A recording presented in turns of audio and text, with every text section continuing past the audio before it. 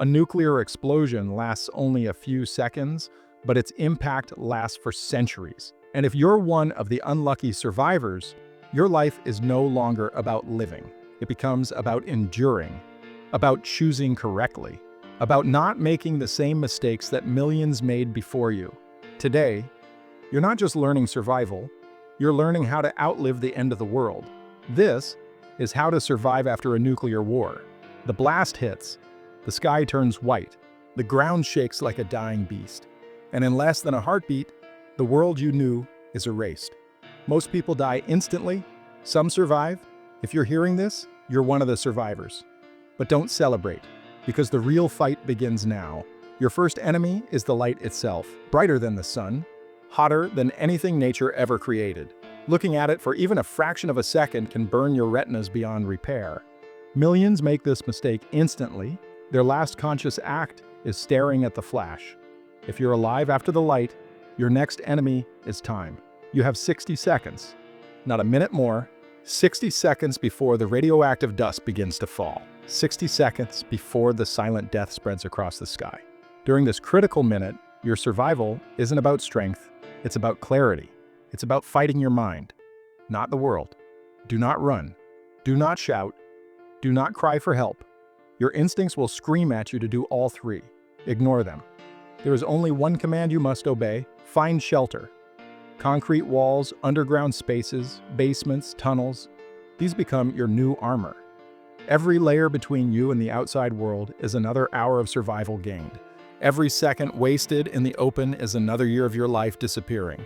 The blast wave arrives. A wall of compressed air slams into buildings, shattering glass, bending metal, flipping cars like toys. Even miles away, it feels like being hit by a speeding train. But if you're shielded, if you're hidden, you have a chance. Then the world goes eerily quiet. No birds, no wind, no voices, only a creeping silence that feels wrong, like the world is holding its breath. And then it starts falling. The dust, the ash, the invisible poison. Fallout. Fallout doesn't roar, it doesn't glow, it doesn't warn you. It falls gently, softly, like snowflakes drifting through the air. People step outside thinking it's harmless.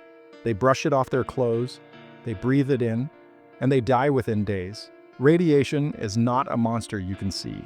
It's a number, a measurement, a countdown. The closer you are to fallout, the faster your cells begin to collapse. Your hair falls out, your organs fail, your immune system shuts down, and your mind begins to rot from the inside. That's why you must seal yourself away. Block windows, close vents, cover cracks with cloth, tape, paper, anything. Air is the enemy now. Sight is the enemy. Curiosity is fatal. Once you've sealed your shelter, your next battle is against the clock. Radiation is highest in the first 2 hours. This is when leaving your shelter almost guarantees death. But if you stay hidden, your chances multiply. Time becomes your new survival tool. After 7 hours, radiation drops to 10%. After 48 hours, it drops to 1%. After 2 weeks, it becomes survivable. So your mission isn't to fight. It isn't to explore. It's to wait. Wait longer than your fear wants, because patience is survival now. Inside your shelter, a different enemy rises, your own mind. Silence becomes a weapon. Darkness becomes a companion. Every creak, every groan of the building feels like a threat closing in. Your heart beats louder than the world outside. Your breaths echo off the walls, and loneliness begins to chew at your sanity. The human brain is not designed for such stillness. In isolation, you will hear things, voices, footsteps, whispers. Your mind will conjure memories to keep itself company, then twist them into nightmares. This is normal. This is expected. This is psychology under nuclear strain. To survive this mental collapse, you need a routine. Drink small sips of water every hour. Eat small portions of food, move your body, stretch, walk around your shelter, keep blood flowing. Talk to yourself. Remind your brain that you are not dying. You are waiting. You are in control. Water becomes your most precious resource. Only sealed water is safe. Bottles, cans, anything untouched before the blast. Open water, standing water, running water, all poisoned. Do not drink from taps. Do not drink from rivers. Do not melt snow. It is all contaminated.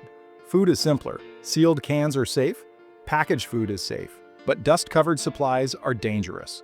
Always wipe the outside. Always check seals. Radiation cannot pass through metal or thick plastic, but fallout dust sitting on top can kill you if you're careless.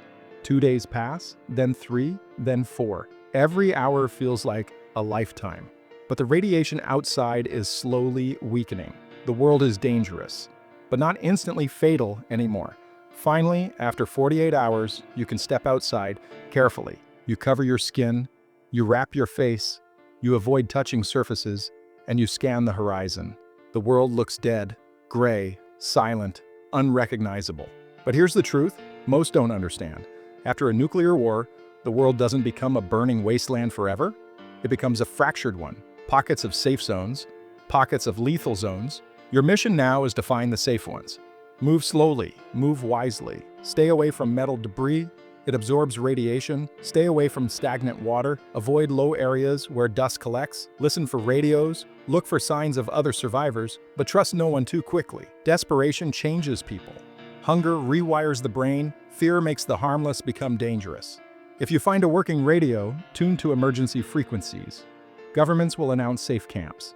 Some places will have medical aid. Some will have food. Some will have filtration tools. These become your next destination. But the journey isn't just physical, it's psychological. You will question your decisions. You will fight hopelessness. You will carry the weight of a dead world on your shoulders. But remember, survival is not about being the strongest. It's about being the one who never stops moving forward. Every choice you make from now on decides your future. Every step, every breath, every hour of patience becomes part of your fight. You survived the flash, you survived the fallout, you survived the silence, and now you must survive yourself. Because after a nuclear war, the world doesn't need heroes, it needs survivors. So I ask you, not as a narrator, but as someone guiding you through the ashes, would you survive this? And if the blast hit right now, what would you do first?